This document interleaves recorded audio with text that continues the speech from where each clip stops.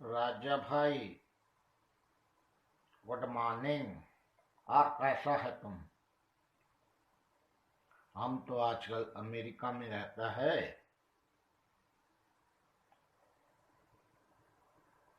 5 लाख महीने में कमाता है। हम 4 लाख खर्च कर देता है, फिर भी हमारा सरकार हमसे नहीं पूछता।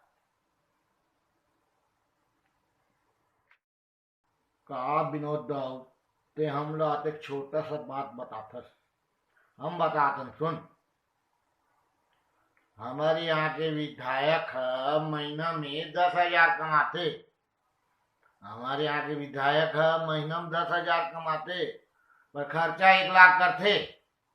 समझे? 1 लाख खर्चा करते। तुम्हारा ये विधायक फिर पैसा कहाँ से लाता है?